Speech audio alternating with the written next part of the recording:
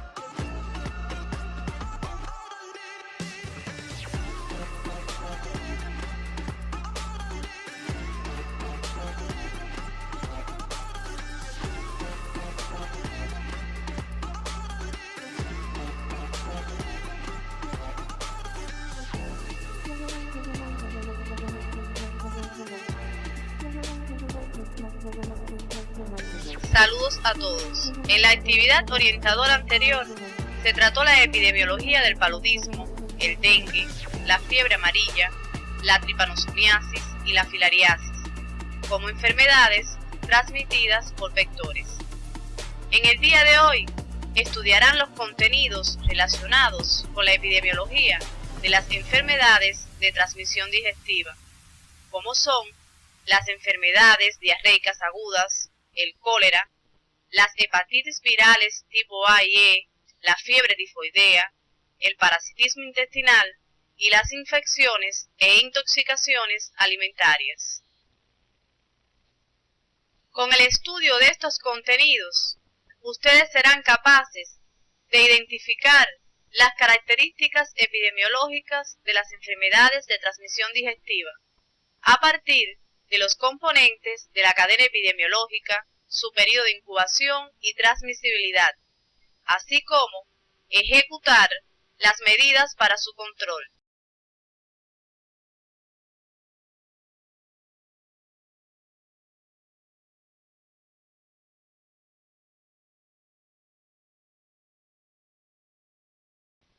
Como ya han visto en actividades anteriores, las enfermedades transmisibles cada año causan millones de muertes en todo el mundo, fundamentalmente en aquellos países con limitaciones en el acceso a los servicios de salud, donde la constante aparición de nuevos agentes biológicos infecciosos, el incremento de los viajes y movimientos migratorios, implica que las enfermedades que originan se puedan transmitir de un continente a otro en cuestión de horas, lo que constituye una amenaza para todos los países.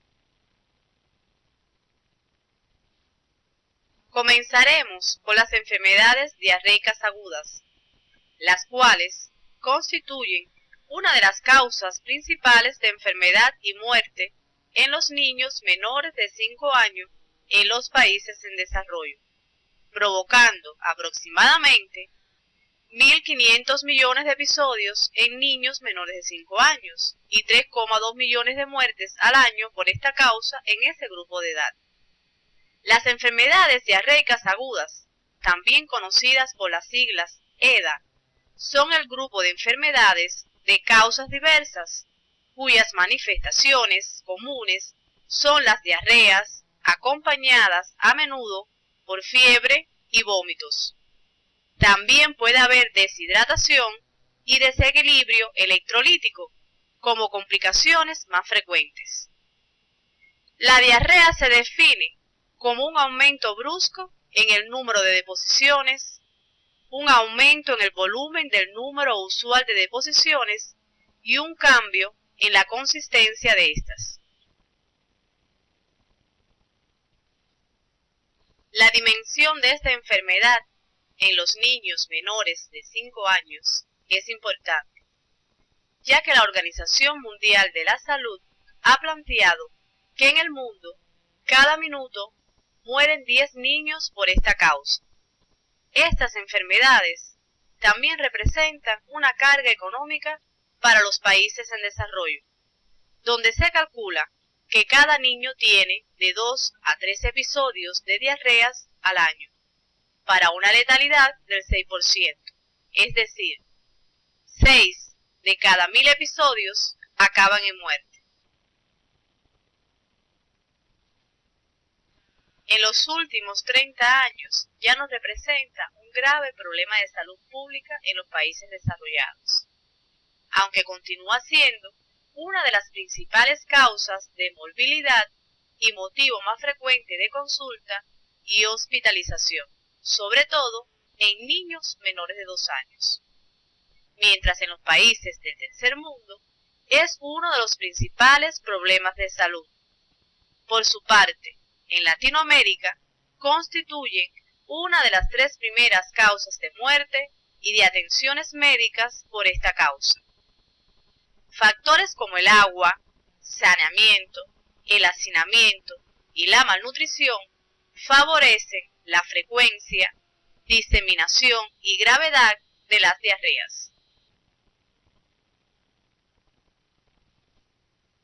Ahora pasaremos a desarrollar los diferentes componentes de la cadena epidemiológica para esta enfermedad.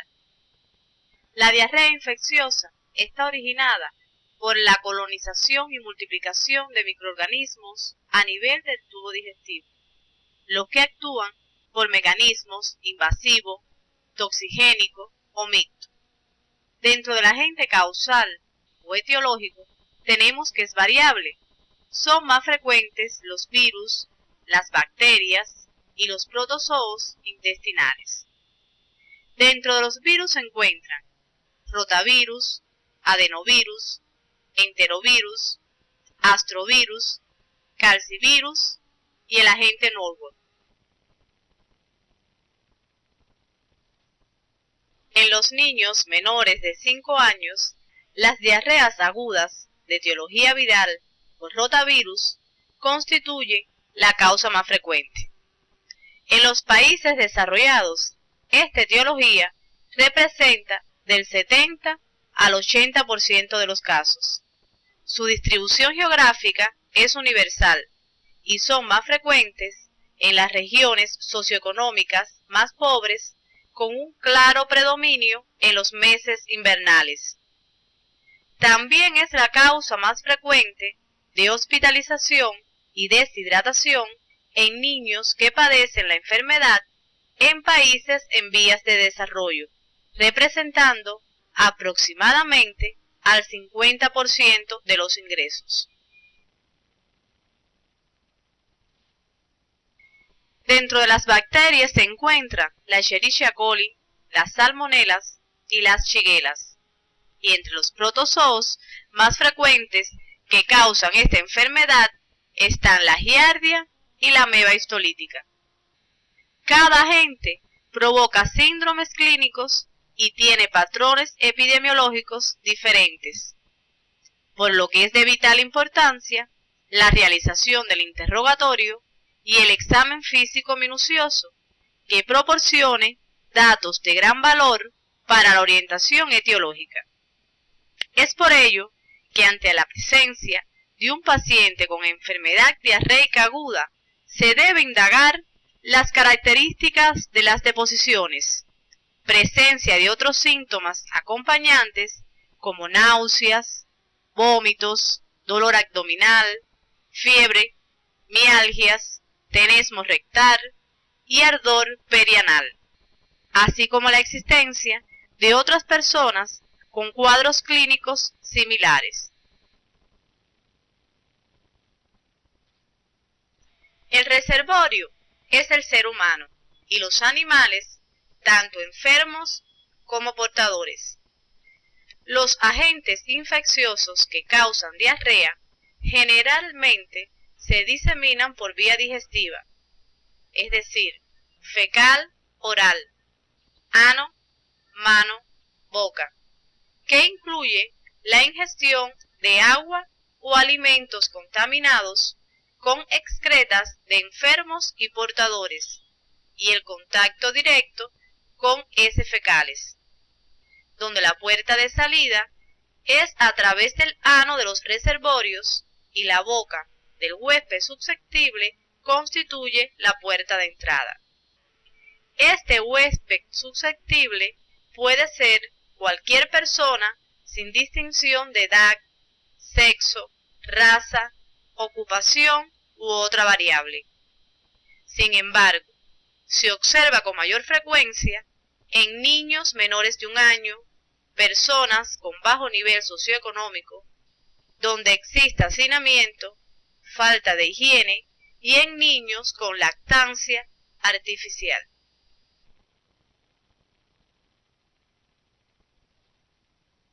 En cuanto al periodo de incubación, podemos decir que es variable y depende del agente causal. En las enfermedades diarreicas agudas de etiología viral es entre 24 y 48 horas. En el caso de las diarreas agudas causadas por shiguelas es de 1 a 7 días. Las provocadas por Escherichia coli y salmonelas de 6 a 72 horas. Y en el caso de la giardia y la ameba histolítica, el periodo de incubación está entre 1 a 4 semanas. Mientras se encuentren los agentes en los excrementos de las personas enfermas o portadoras, se plantea el periodo de transmisibilidad. Desde el punto de vista epidemiológico, ante esta enfermedad, se deben realizar una serie de medidas de control, como son: sobre el reservorio, notificación de los casos atendidos por enfermedad diarreica aguda, el aislamiento, teniendo precauciones con la disposición de las excretas de las personas enfermas, diagnóstico etiológico de la enfermedad y el tratamiento encaminado a lograr la reposición de líquidos y electrolitos mediante el uso de las sales de rehidratación oral o soluciones intravenosas en caso necesario. La mayoría de los enfermos no necesitan otro tratamiento.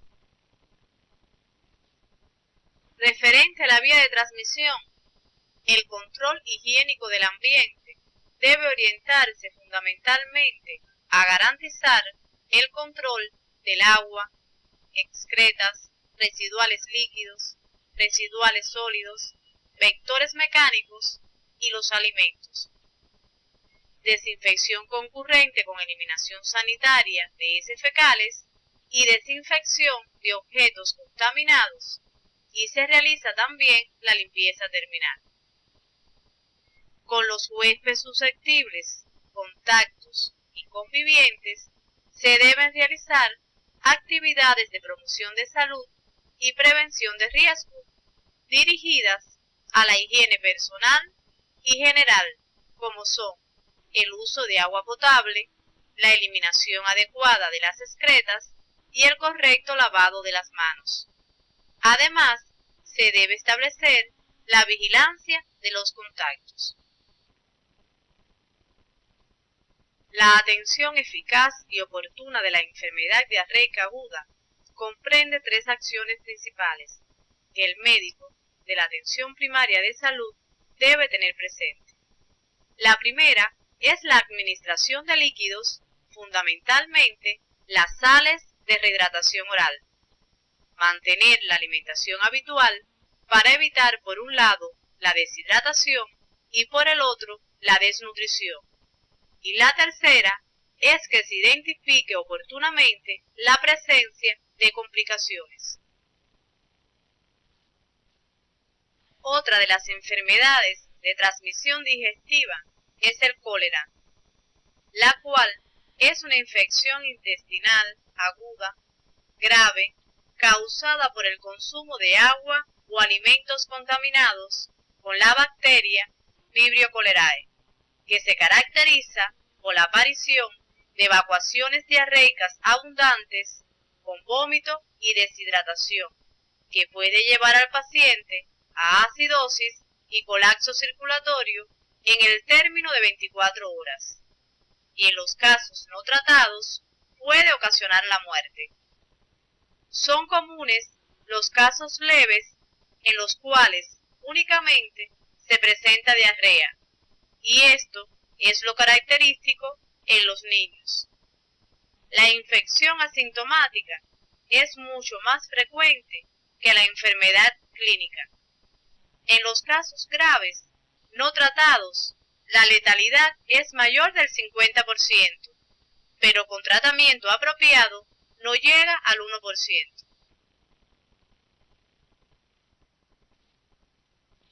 El cólera es una preocupación de la salud pública en los países en desarrollo, especialmente en África, el sur de Asia, el Medio Oriente y América Latina, donde existe y afecta un número importante de personas que viven en condiciones de hacinamiento, con desnutrición y una situación sanitaria inadecuada, con carencia de un sistema de drenaje en las ciudades, lo que constituye un problema de salud. Las epidemias de cólera fueron recurrentes aún en la era moderna, entre 1960 a 1970, luego 1980 a 1990, la que comenzó en el sureste de Asia, que se propagó por 3 continentes, África, Europa y el resto de Asia. En la última década del siglo XX ocurrió una pandemia de cólera que se inició en el Perú en 1991. Se dispersó a varios países de América Central y del Sur con resultados devastadores para la población y graves pérdidas económicas de estos países. El agente infeccioso que causa el cólera es un bacilo aerobio gram negativo con un solo flagelo polar que le da gran movilidad, llamado Vibrio cholerae, el cual sobrevive por periodos hasta de 7 días fuera del organismo, especialmente en ambientes húmedos y templados. En el agua sobrevive unas cuantas horas y hasta algunas semanas si ésta se encuentra contaminada con material orgánico. En la actualidad predomina el biotipo El Tor, nombre de la estación de cuarentena donde se aisló por primera vez. Esta bacteria normalmente es muy sensible a los ácidos presentes en el estómago y en el tubo digestivo. Los ácidos del estómago matan pequeñas cantidades de la bacteria antes de que ésta pueda establecerse en el cuerpo. Pero cuando grandes cantidades de la bacteria sobrepasan las defensas naturales del cuerpo, crecen en el intestino delgado y pasan a las heces de las personas infestadas. se ha considerado al hombre como único reservorio del Vibrio cholerae, ya sea este enfermo o portador, lo cual se produce al albergarse los gérmenes en la vesícula biliar, al igual que ocurre en la fiebre tifoidea, como verán más adelante. Es importante señalar que muchas personas desarrollan formas leves de la enfermedad o no muestran síntomas de ella, lo cual, unido a los malos hábitos higiénicos, facilitan la propagación de la infección. Actualmente se sospecha de otros reservorios acuáticos como moluscos, cangrejos y ostras que explicarían los casos esporádicos que se han encontrado en las costas del Golfo de México. La puerta de salida del agente causal es el ano del reservorio, siendo su vía de transmisión digestiva. Los vehículos principales son el agua y los alimentos contaminados con el Vibrio colérico mediante las heces y los vómitos de los pacientes y portadores. La puerta de entrada es la boca del huésped susceptible, el cual es el hombre sano, proveniente fundamentalmente de comunidades carentes de suministro de agua y disposición adecuada de excretas, donde la mala higiene personal y ambiental, la desnutrición, otras enfermedades subyacentes y la aclorhidria también favorecen la infección. El periodo de incubación oscila de unas horas a 5 días, habitualmente de 2 a 3 días, con un periodo de transmisibilidad que se mantiene mientras persistan los agentes en las heces fecales. El estado de portador a veces persiste por meses. El diagnóstico de cólera se confirma por la identificación del agente etiológico en coprocultivo. Con fines clínicos, puede hacerse el diagnóstico presuntivo por observación con el microscopio de campo oscuro o de fase de los vibriones. El diagnóstico epidemiológico puede hacerse por la demostración de un incremento importante de títulos de anticuerpos tóxicos o anticuerpos vibriocidas.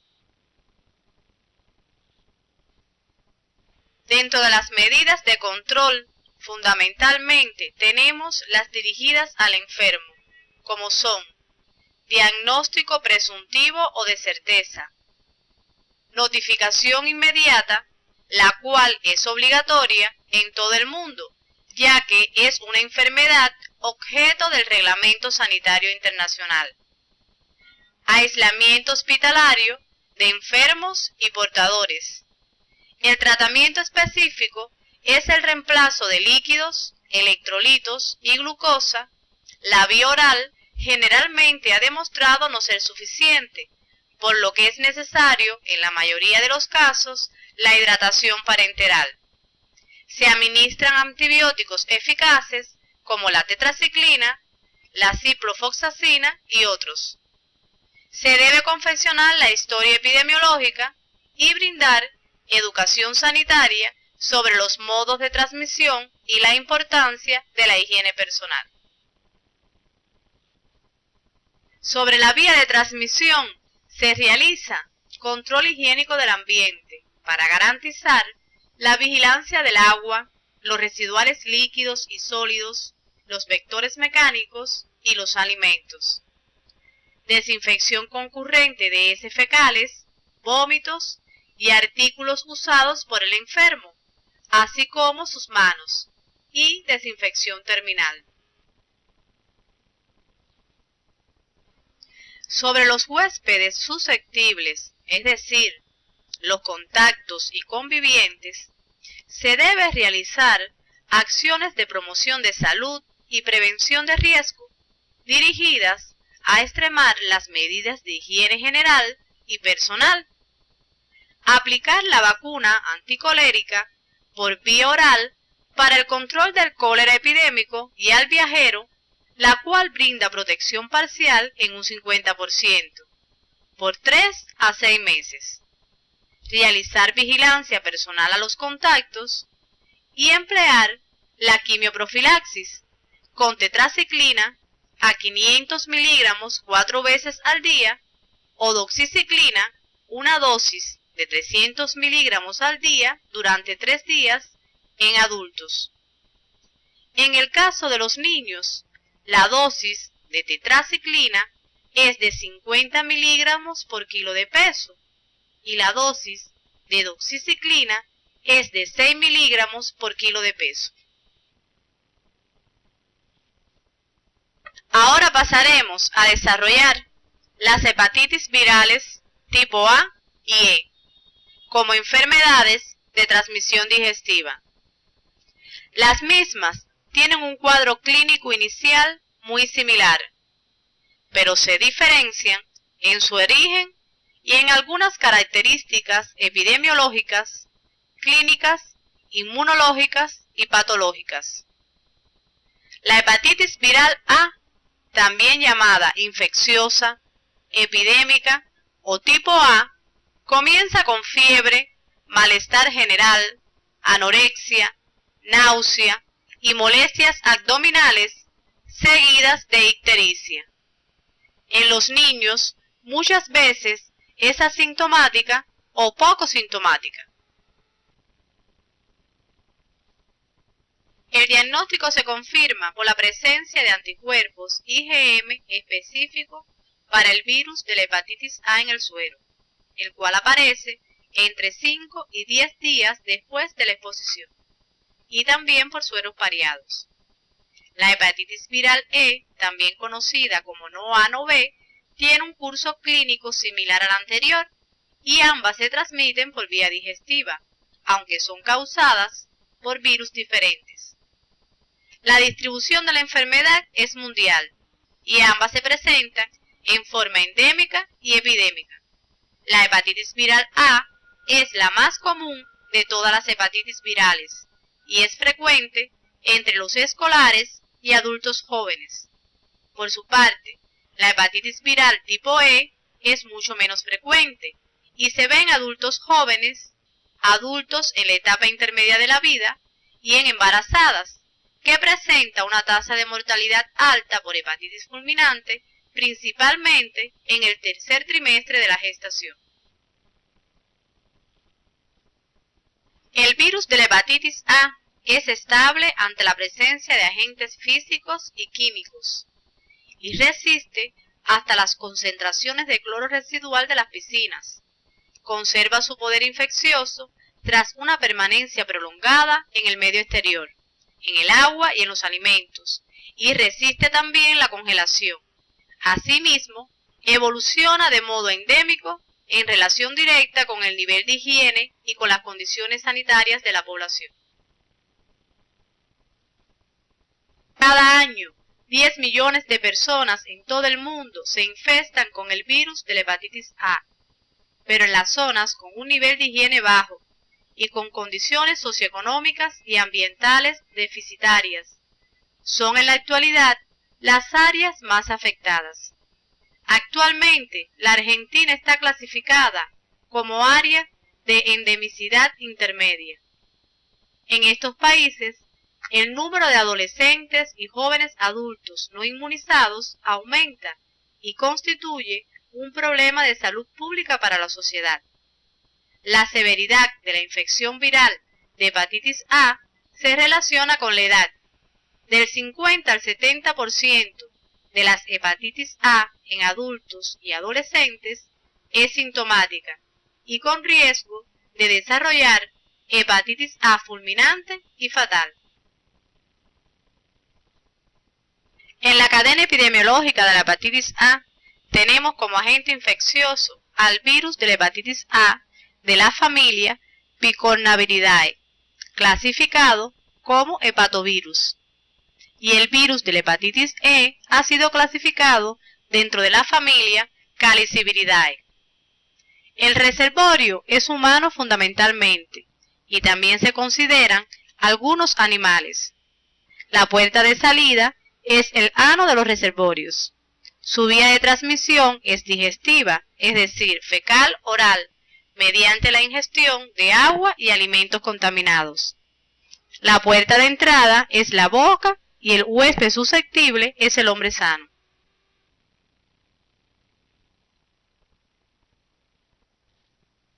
El virus de la hepatitis invade, se replica y produce deterioro solo en el hígado, con inflamación, infiltración celular mononuclear en el parénquima y en los conductos portales, necrosis celular hepática, proliferación de las células de Kupffer, colapso celular y acumulación de detritos necróticos en los lóbulos y en los conductos portales, y como resultado se produce alteración de la excreción de bilirrubina.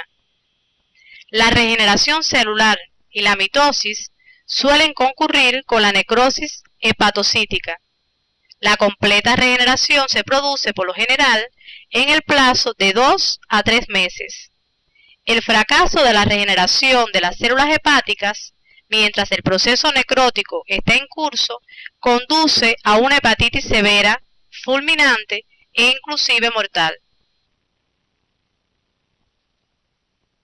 El periodo de incubación en la hepatitis A es de 15 a 50 días, con un promedio de 28 a 30, y la hepatitis E es de 15 a 64 días y como promedio de 26 a 42. El periodo de transmisibilidad de la hepatitis A se extiende desde la segunda mitad del periodo de incubación hasta algunos días después del inicio de la ictericia, durante la actividad mayor de la aminotransferasa, en los casos anictéricos, momento en el cual dejan de expulsarse virus por las heces.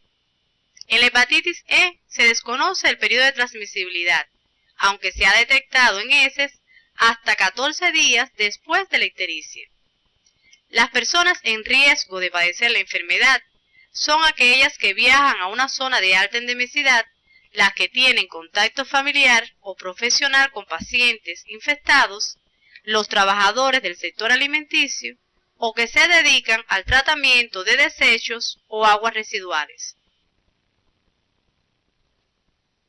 Las medidas de control sobre el enfermo van encaminadas a realizar diagnóstico de certeza y clasificación de la enfermedad, notificación de los casos, aislamiento donde se debe tener precaución porque la transmisión es fecal-oral en las primeras 2 semanas de la enfermedad, pero no más de 1 semana después del comienzo de la ictericia, confección de la historia epidemiológica, tratamiento sintomático y educación sanitaria sobre la forma de transmisión y las medidas higiénicas que se deben cumplir.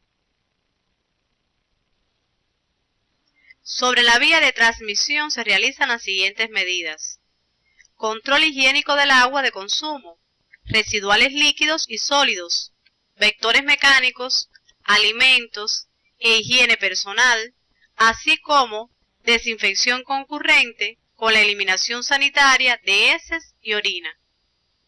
Sobre los contactos y convivientes, se pueden realizar actividades de promoción de salud y prevención de riesgo dirigidas a la higiene personal y general. Vacunar contra la hepatitis A si se cuenta con el recurso, aunque no se han generalizado las vacunas.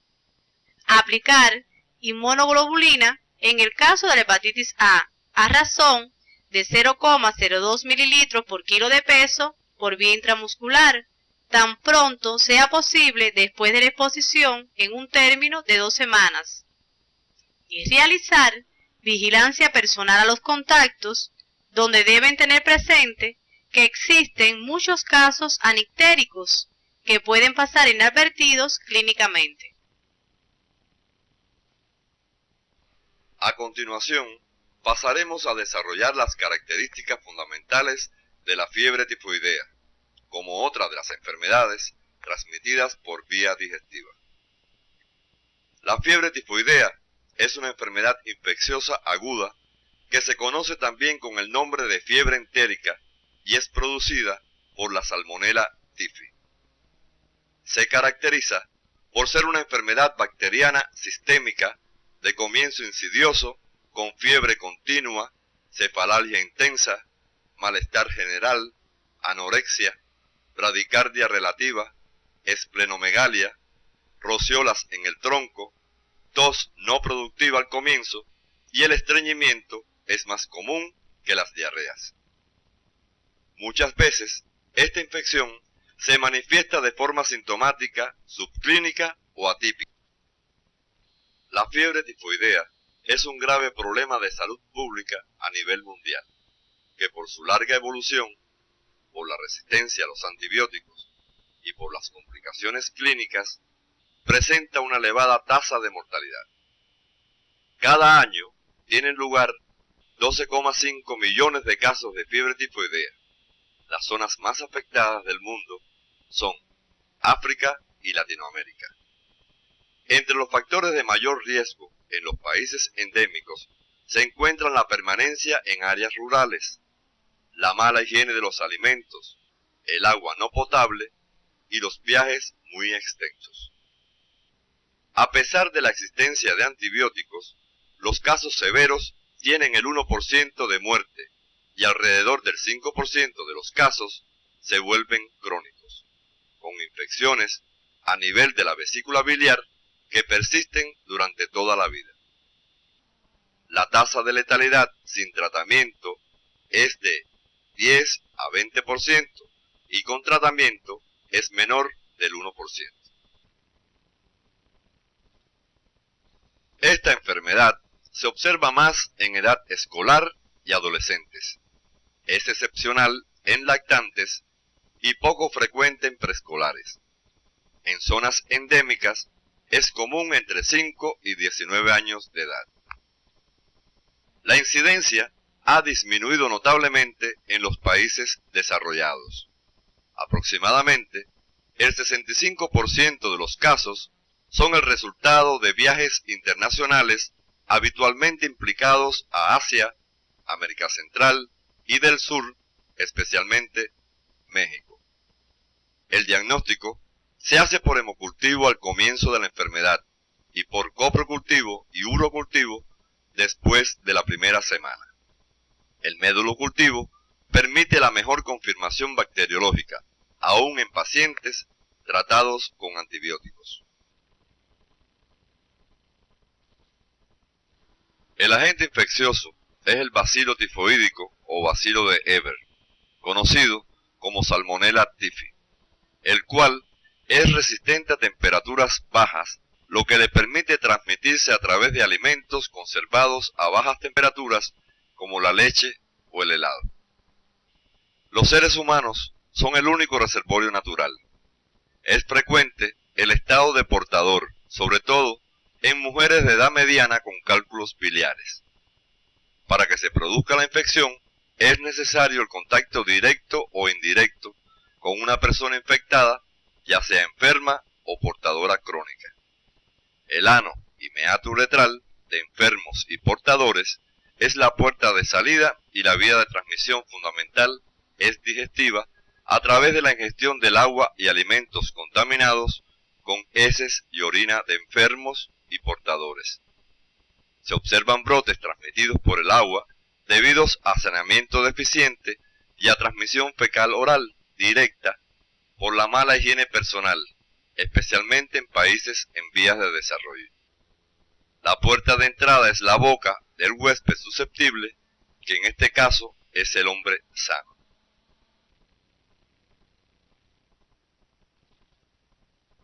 La Salmonella typhi penetra por la boca y se multiplica en el intestino delgado durante 3 o 4 días, al adherirse a las microvellosidades del ribete en cepillo del ilion e invaden el epitelio intestinal a través de las placas de Peyer. Los gérmenes son transportados a los folículos linfoides intestinales, donde se multiplican en el interior de las células mononucleares. Los monocitos transportan estos microorganismos a los ganglios linfáticos mesentéricos, alcanzando después el torrente sanguíneo a través del conducto torácico, donde causan una bacteriemia transitoria. Las bacterias circulantes penetran en las células retículoendoteliales del hígado, vaso y médula ósea. La vesícula biliar es especialmente susceptible a la infección, tanto a través del torrente sanguíneo como por la vía biliar. Se cree que la endotoxina circulante causa la fiebre prolongada y los síntomas tóxicos de la misma. El periodo de incubación depende de la magnitud de la dosis infectante. Oscila entre 3 días a un mes. Por lo regular es de 8 a 14 días. El de transmisibilidad es mientras persistan bacilos en las heces, por lo general desde la primera semana hasta el final de la convalecencia. Alrededor del 10% de los enfermos no tratados excretan bacilos por 3 meses, que es el denominado portador convaleciente. Del 2 al 5% se convierten en portadores crónicos. Dentro de las medidas de control a los enfermos y portadores se encuentran realizar diagnóstico de certeza a través del cultivo, notificación inmediata de los casos, aislamiento hospitalario durante el periodo de transmisibilidad hasta por lo menos 3 coprocultivos negativos, control del paciente por 2 años mediante la realización de coprocultivos semestrales y anuales, historia epidemiológica, tratamiento específico donde el cloraspericol sigue siendo el antibiótico de elección. En el caso de cepas resistentes, se utiliza la ciprofloxacina. Y por último, la educación sanitaria acerca del modo de transmisión, sobre todo a los portadores, resaltando la importancia de la higiene personal. Sobre la vía de transmisión, se deben realizar medidas de control higiénico en agua, residuales sólidos y líquidos, alimentos y vectores mecánicos, y la desinfección concurrente de heces, orina y objetos contaminados, así como desinfección terminal. En el caso de los huéspedes susceptibles, contactos y convivientes, es necesario realizar actividades de promoción de salud y prevención de riesgo dirigidas a la higiene general y personal, aplicar inmunización con vacuna antitifoidea y efectuar vigilancia personal a los contactos. En las zonas endémicas, ante cualquier síndrome febril con varios días de evolución, no puede dejar de investigarse la fiebre tifoidea mediante cultivos de sangre, heces, orina o médula. En el caso de los manipuladores de alimentos, debe indicárseles antígeno B, pues sugiere fuertemente el estado de portador tifoideo. Ahora pasaremos a estudiar el parasitismo intestinal, como otra de las enfermedades infecciosas de transmisión digestiva que constituye causa de morbilidad y a veces mortalidad. Son infecciones producidas por parásitos cuyo hábitat natural es el aparato digestivo del hombre.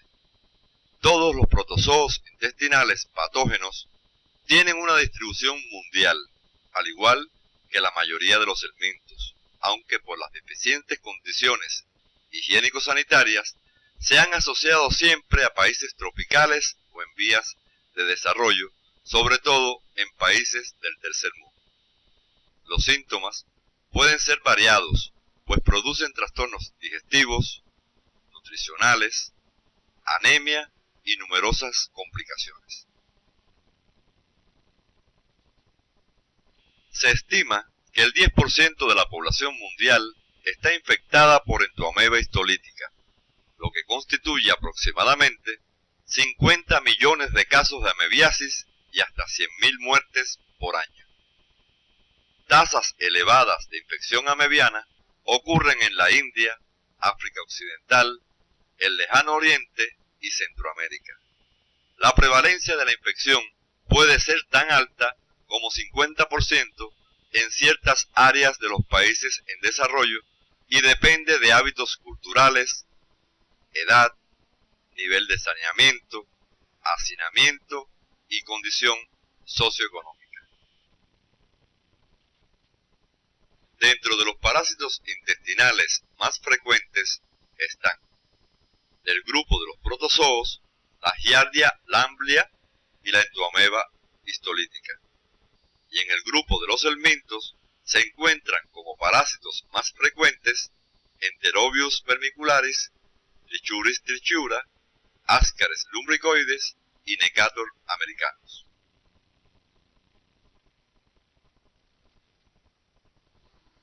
Ahora pasaremos a desarrollar la cadena epidemiológica y tomaremos como ejemplo la mebiasis. El agente infeccioso es la Entoameba histolítica y el hombre es el reservorio que a través de la puerta de salida, que es el ano de las personas enfermas o portadoras, se expulsan los quistes.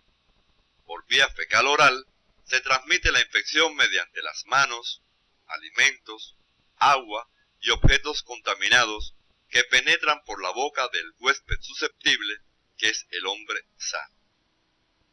Una vez que se ingieren los quistes maduros en alimentos, agua o por las manos contaminadas con heces, se produce el desenquistamiento en el intestino delgado. Los trofozoitos liberados migran al colon y son los responsables de la transmisión. En muchos casos, los trofozoitos permanecen confinados en la luz intestinal de los infectados, quienes son entonces portadores asintomáticos o eliminadores de quistes. En algunos individuos, los trofozoitos invaden la mucosa intestinal provocando la enfermedad intestinal, o a través de la circulación invaden el hígado, pulmones y cerebro, dando lugar a la enfermedad extraintestinal. De forma general, el reservorio de la parasitosis intestinal es el ser humano, aunque en la giardiasis, posiblemente, los animales domésticos también lo sean. La transmisión es por vía digestiva y penetran por la boca, aunque el Necator penetra también por la piel. El periodo de incubación es variable y fluctúa entre 1 y 2 meses, aunque en la giardiasis el promedio es de 7 a 10 días. La transmisibilidad está relacionada con la presencia de parásitos infectantes en el organismo. Las medidas de control para las parasitosis incluyen de manera general actividades de promoción de salud, educando a la población en materia de higiene personal relacionado con el lavado de las manos y de las verduras antes de ingerirlas, así como el uso de instalaciones sanitarias. Acciones preventivas para el control higiénico del ambiente, como son la protección de los alimentos y el agua de consumo, así como la eliminación sanitaria de las excretas. Investigación de contactos y de fuentes de infección. Notificación de los casos. Y por último, el tratamiento específico de cada parásito intestinal. Por último, desarrollaremos las infecciones e intoxicaciones alimentarias. Se aplica este término a las enfermedades que se adquieren por consumo de alimentos contaminados, que actualmente se definen como enfermedades transmitidas por alimentos, conocidas por las siglas ETA. Se dice que estamos ante un brote cuando 2 o más personas sufren una enfermedad similar de forma súbita después de ingerir un mismo alimento, y los análisis epidemiológicos señalan al alimento como el origen de la enfermedad, lo que más tarde es confirmado por el laboratorio. Las ETA pueden manifestarse a través de infecciones transmitidas por alimentos, intoxicaciones causadas por alimentos y toxinfección causada por alimentos. Las infecciones transmitidas por alimentos son enfermedades que resultan de la ingestión de alimentos que contienen microorganismos perjudiciales vivos. Por ejemplo, salmonelosis, hepatitis viral tipo A y la toxoplasmosis. Las intoxicaciones alimentarias ocurren cuando las toxinas o venenos de bacterias o mohos u otras sustancias químicas están presentes en el alimento ingerido en cantidades que resultan tóxicas. Por ejemplo, tenemos las intoxicaciones estafilocóxicas o las producidas por hongos. Y la toxinfección causada por alimentos es una enfermedad que resulta de la ingestión de alimentos con cierta cantidad de microorganismos causantes de enfermedades, los cuales son capaces de producir o liberar toxinas una vez que son ingeridos, como es el caso del cólera. Las enfermedades transmitidas por alimentos constituyen un problema mundial que en las últimas décadas se ha acrecentado debido a cambios globales como crecimiento de la población, pobreza, urbanización en los países desarrollados, comercio internacional de alimentos, aparición de nuevos agentes productores de enfermedades de transmisión alimentaria, entre otros. La Organización Mundial de la Salud considera que el 70% de los casos de diarreas que ocurren se producen por la ingestión de agua y alimentos contaminados, y que solo en un 30% se debe a otras causas orgánicas, alérgicas u otras. El reporte de los brotes es el elemento más importante de la vigilancia de las enfermedades transmitidas por los alimentos. A continuación, nos referiremos a la intoxicación alimentaria causada por el estafilococo, la cual se considera como una de las más frecuentes e importantes. La intoxicación alimentaria estafilocóxica es de comienzo brusco y a veces violento, con náuseas intensas, cólicos, vómitos y postración, así como frecuentes diarreas. Los síntomas se manifiestan entre 30 minutos y 8 horas después de ingerir el alimento, aunque por lo regular es de 2 a 4 horas. Se produce por ingestión de un alimento que contenga toxinas estafilocóxicas elaboradas por proliferación bacteriana antes de su consumo. Es decir, que cuando estos alimentos permanecen a temperatura ambiente durante varias horas antes de ser consumidos, los estafilococos toxígenos se multiplican y elaboran la toxina termostable. Los estafilococos pueden ser de origen humano, a partir de secreciones purulentas de dedos, ojos, abscesos, erupciones, secreciones nasofaríngeas y piel aparentemente normal. Dentro de los alimentos más implicados se encuentran las natillas, flanes, cremas de helados, ensaladas frías con mayonesa y quesos, entre otros productos. Generalmente, esta intoxicación no es la más grave, pero sí la más extendida y frecuente, sobre todo en los países más cálidos. Se calcula que por lo menos el 25% de las personas son portadoras de estafilococos y son capaces de contaminar los alimentos que originan esta intoxicación. La cadena epidemiológica para esta enfermedad se comporta de la forma siguiente. El agente infeccioso lo constituyen diferentes enterotoxinas de Staphylococcus aureus, que son toxinas termostables. Los seres humanos son el reservorio. La puerta de salida es la piel y mucosa de los reservorios. Se transmite por vía digestiva, entrando los alimentos contaminados por la boca de los huéspedes susceptibles, que es el hombre sano. Su periodo de incubación es de media hora a 8 horas, generalmente de 2 a 4 horas, y el periodo de transmisibilidad no es aplicable ya que no se transmite de persona a persona.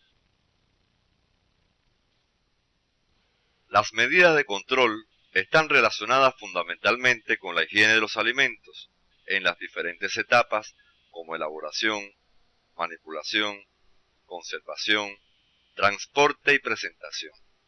Estas medidas se aplican en brotes, no en casos aislados. Ante el enfermo, se debe realizar el diagnóstico de certeza teniendo en cuenta los síntomas y signos para el diagnóstico clínico y para el epidemiológico a través de las encuestas epidemiológicas. La confirmación de la enfermedad se efectúa por laboratorio cuando se evidencia gran número de estafilococos, más de 1 millón por gramo de alimento, o se detecta la enterotoxina en los alimentos. Notificar de forma inmediata los casos.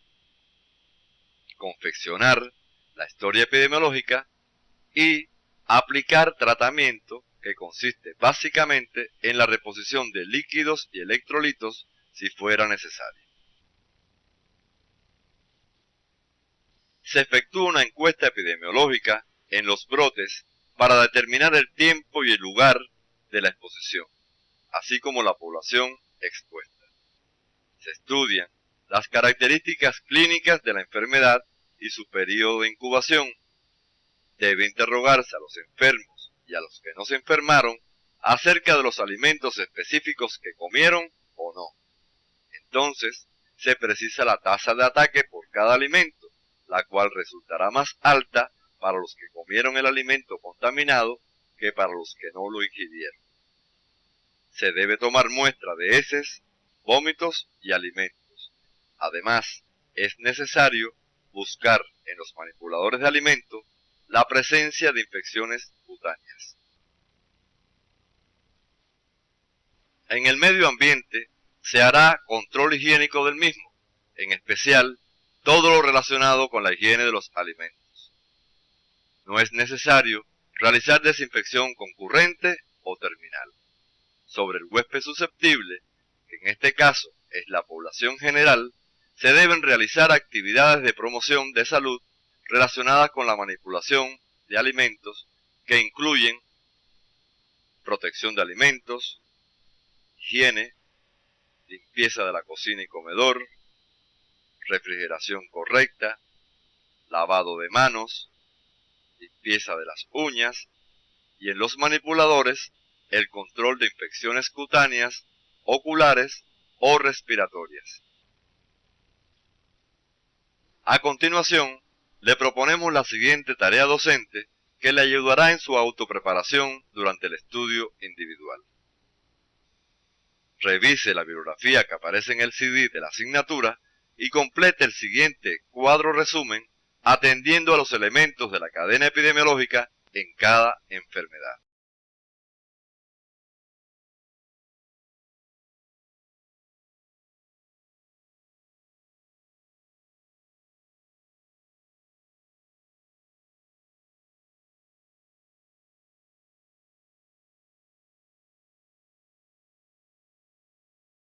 Al finalizar la actividad orientadora de hoy, podemos concluir que las enfermedades de transmisión digestiva constituyen un problema de salud por su alta morbilidad y mortalidad, fundamentalmente en los países en vías de desarrollo.